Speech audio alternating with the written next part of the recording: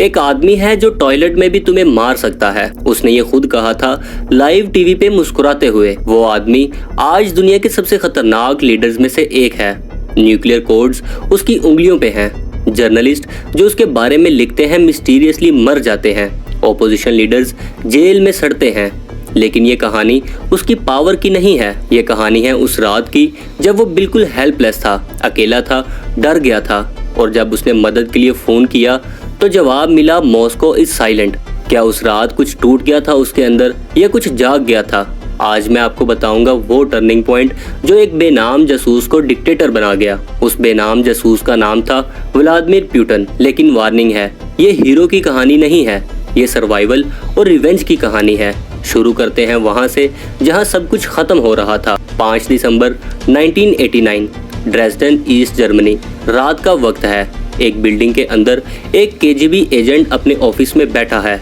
उसकी उम्र सिर्फ 37 साल है। वो ट्रेंड है लेकिन एवरेज एजेंट है। कोई फेमस नहीं है, कोई पावरफुल नहीं है और बिल्कुल अकेला है। लेकिन बाहर एक मॉब खड़ा है, हजारों लोग गुस्सा हैं, बर्लिन वॉल गिर चुकी है, कम्युनिज्म खत्म हो रहा है और ये बिल्डिंग जो है ये केजीबी का सीक्रेट ऑफिस है ईस्ट जर्मनी में। लोग अंदर घुसना चाहते हैं, डॉक्यूमेंट्स जलाने हैं, एजेंट्स को पकड़ना है और एजेंट के पास एक पिस्टल है। बिल्डिंग में कोई बैकअप नहीं है, कोई हेल्प नहीं आ रही। वो फोन करता है मॉस्को को, बार बार करता है, लाइन बिजी है। फिर फाइनली कॉल कनेक्ट होती है। वो कहता है हेल्प भेजो, सिचुएशन आउट ऑफ कंट्रोल है। जवाब आता है we can't do anything without orders from Moscow and Moscow is silent. ये सुन के वो जान गया कि कोई नहीं आ रहा बचाने। अगर बचना है तो खुद कुछ करना पड़ेगा। शायद उस रात उसने फैसला कर लिया। सुपर पावर जिसने उसे छोड़ दिया वो एक दिन उस सुपर पावर को दोबारा इतना पावरफुल बनाएगा कि मॉस्को कभी साइलेंट ना हो। लेकिन ये कहानी वहां से शुरू नहीं होती। ये शुरू होती है उस शहर से जहां सर्वाइवल मतलब एग्जिस्टेंस थी, लेनिनग्राड। वो शहर जो वर्ल्ड वॉर 2 में 900 दिन सेज में रहा। नाजी आर्मी ने घेर लिया था। कोई खाना नहीं आता था, लोग भूख से मर रहे थे, सर्दी में फ्रीज हो रहे थे, लाखों लोग मरे। फैमिलीज ने अपने बच्चों को खाना देने के लिए भूख बर्दाश्त की। आदमखोरी के कई केसेस डॉक्यूमेंटेड थे।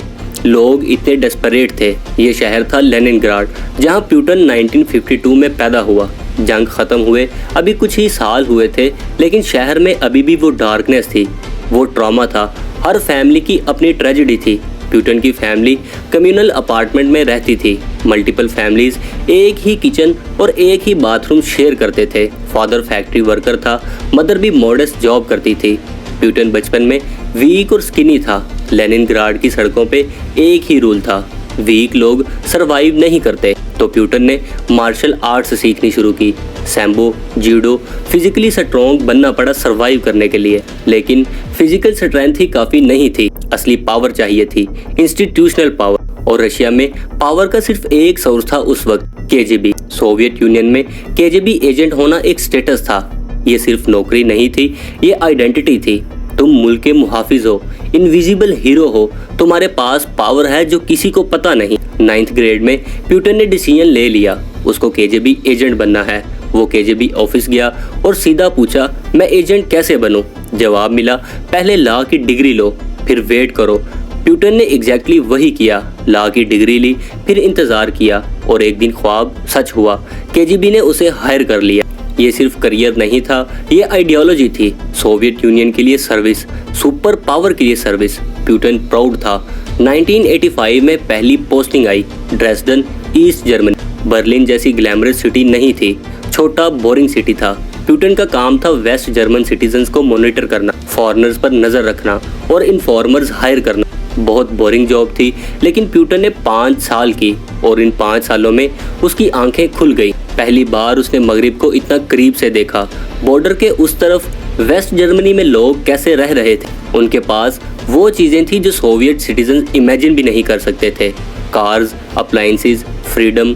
और यहाँ उसने देखा कि सोवियत सिस्टम अंदर से कितना होलो है, कितना इनएफिशिएंट है, कितना करप्ट है। शायद यहाँ पहली बार उसे शक हुआ, लेकिन वो लॉयल एजेंट था, अपना काम करता रहा जब तक वो रात नहीं आई।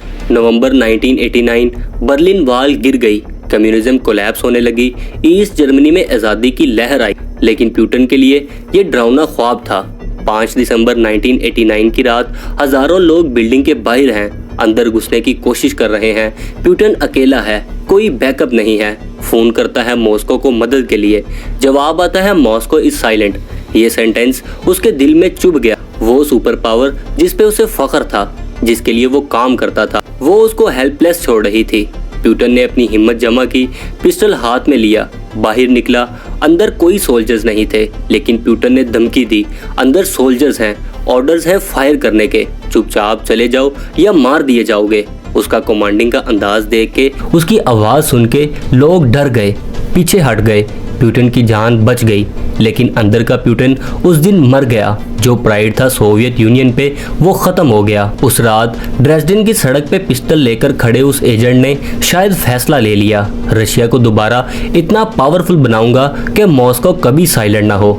लेकिन अभी उसका अपना सफर शुरू होना बाकी था, और वो सफर स्टार्ट होने वाला था एक ऐसे रशिया से जो सोवियत यूनियन से भी वर्स था। सोवियत यूनियन ऑफिशियली खत्म हुई, रशिया बन गया, लेकिन कैसा रशिया? 90s का रशिया एक फेल्ड स्टेट थी, सुपर पावर से सुपर बैगर बन गया था एक रात में। कम्युनिज्म खत्म हुई और उसकी जगह आई वाइल्ड कैपिटलिज्म, जिसने मुल्क को बर्बाद कर दिया। State institutions, factories, oil wells, सब कुछ बेच दिया गया। किसको? कुछ कनिंग और रूथलेस लोगों को, जो एक रात में बिलियनर बन गए। इनको कहा जाता था ओलिगार्क्स, नए बादशाह। और आम आदमी वो और गरीब हो गया। अनएम्प्लॉयमेंट बढ़ गई, इन्फ्लेशन ने सेविंग्स खत्म कर दी, महीनों तक सैलरीज नहीं मिलती थी लोगों को। सड़कों पे गैंगस्टर्स का राज हो गया, किलिंग्स आम हो गई, कोई रोकने वाला नहीं था। और इन हालात में प्यूटन वापस आया रशिया। अनएम्प्लॉयड केजीबी खत्म हो चुकी थी, उसका शहर लेनिनग्राड भी खत्म, नाम बदल के सेंट पीटर्सबर्ग हो गया था। एक फॉर्मर केजीबी लेफ्टिनेंट कर्नल को टैक्सी चलानी पड़ी पैसा कमाने के लिए। इमेजिन करो ये सिचुएशन। लेकिन प्यूटन ने क्विट नहीं किया, वो क्विट करने वाला नहीं है। उसने अपने यूनिवर्सिटी प्रोफेसर अनाटली सोबचैक के साथ काम करना शुरू किया, जो सेंट पीटर्सबर्ग के मेयर बने। यहाँ से प्यूटन पॉलिटिक्स और बिजनेस की दुनिया में घुसा। उसने नए रूल्स सीखे, पावर कैसे एक्वायर की जाती है, पैसा कैसे काम करता है, केओस में अपना रास्ता कैसे बनाते हैं। 1996 में जब सोबचैक इलेक्शन हार गए, प्यूटन मॉस्को चला गया और फिर मूवी जैसी कहानी शुरू हुई। सीढ़ी चढ़ता गया, पहले क्रेमलिन में छोटी पोजीशन मिली, फिर 1998 में गेम चेंजर मोमेंट आया। प्यूटन को एफएसबी का हेड बना दिया गया, फेडरल सिक्योरिटी सर्विस, मतलब नए रशिया की नई केजीबी। ड्रेसडेन वाला जासूस अब रशिया की सबसे पावरफुल सीक्रेट एजेंसी का बॉस था। लेकिन असली गेम अभी बाकी थी। अगस्त 1999 में बोरिस येल्टसिन रशिया का प्रेसिडेंट था, थका हुआ, बीमार, करप्शन में गिरा हुआ। उसने एक फैसला लिया जो सबके लिए सरप्राइजिंग था। उसने क्वाइट इमोशनल स्पाई चीफ को प्राइम मिनिस्टर बना दिया, व्लादिमीर प्यूटन। लोग सोच रहे थे ये कौन है, कुछ हफ्तों में ही चला जाएगा। गलत सोच थी। प्यूटन आया था रुकने, डोमिनेट करने। लेकिन प्राइम मिनिस्टर बने सिर्फ एक महीना हुआ था कि ट्रेजेडी स्ट्राइक कर गई। सितंबर 1999 में मॉस्को और दूसरे शहरों में बॉम्ब ब्लास्ट हुए, 300 से ज्यादा सिविलियंस मरे। ब्लेम चीचन मिलिटेंट्स पे डाला गया, वही चीचनिया जिसके अगेंस्ट रशिया 1994 टू 1996 में जंग हार चुका था। रशियन लोग डर गए थे और गुस्सा थे। चाहिए था उनको एक स्ट्रॉन्ग मैन जो फोर्स यूज करे, और वो लीडर बन गया प्यूटन।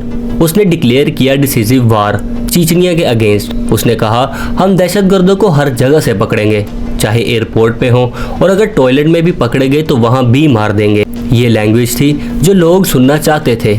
रशियन आर्मी ने चीचनिया इन्वेड किया, कैपिटल ग्रोन्जी को रबल बना दिया, हजारों मरे, रिबिलियन क्रश हो गई। रात भर प्यूटन नेशनल हीरो बन गया। लेकिन एक सवाल आज भी जिंदा है, क्या वो बॉम्बिंग्स सच में चीचन मिलिटेंट्स ने की थी या एफएसबी ने खुद की थी, वही एजेंसी जिसका प्यूटन हेड था? कई जर्नलिस्ट और फॉर्मर एजेंट्स क्लेम करते हैं ये एफएसबी का काम था। जंग एक बहाना था प्यूटन के लिए रास्ता क्लियर करने का। सच क्या है कोई नहीं जानता, ये सीक्रेट शायद कभी रिवील नहीं होगा। 31 दिसंबर 1999, 20वीं सदी का लास्ट दिन, नई सेंचुरी शुरू होने वाली थी। अनाउंसमेंट हुई, बोरिस येल्टसिन रिजाइन कर गया और उसकी जगह एक्टिंग प्रेसिडेंट बन गया व्लादिमीर प्यूटन। येल्टसिन ने सोचा होगा ये लॉयल आदमी हमेशा उसका शुक्रिया अदा करेगा, उसका करप्ट सिस्टम प्रोटेक्ट करेगा, शायद उसने पपेट समझा था। ये येल्टसिन की सबसे बड़ी गलती थी। वो पपेट नहीं था, वो पपेट मास्टर था। प्यूटन अब रशिया का मालिक था। उसका सिर्फ एक गोल था, अपनी ग्रिप मजबूत करना, सिर्फ अपनी। केओस का ज़माना ख़त्म, प्यूटन का ज़माना शुरू। और वो एजेंट जो ड्रेसडेन में हेल्पलेस था, जिसको बोला गया था मॉस्को इज साइलेंट, वो अब मॉस्को की आवाज़ था।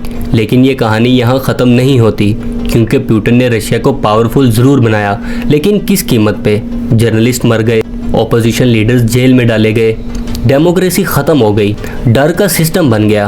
प्यूटन ने अपना रिवेंज ले लिया, रशिया दोबारा पावरफुल बन गया। मॉस्को अब साइलेंट नहीं है, लेकिन एक सवाल रहता है कि ये पावर है या प्रिजन है। और अगर एक दिन प्यूटन नहीं रहेगा तो रशिया का क्या होगा, क्योंकि प्यूटन ने सिस्टम नहीं बनाया, उसने खुद को सिस्टम बना दिया। मॉस्को अब साइलेंट नहीं है, लेकिन क्या वो सच बोल रहा है? इसका जवाब कमेंट्स में लाजमी दीजिएगा। आज तक के लिए इतना ही, अब मिलेंगे अगले हफ्ते एक नई वीडियो के साथ। तब तक के लिए अल्लाह हाफिज।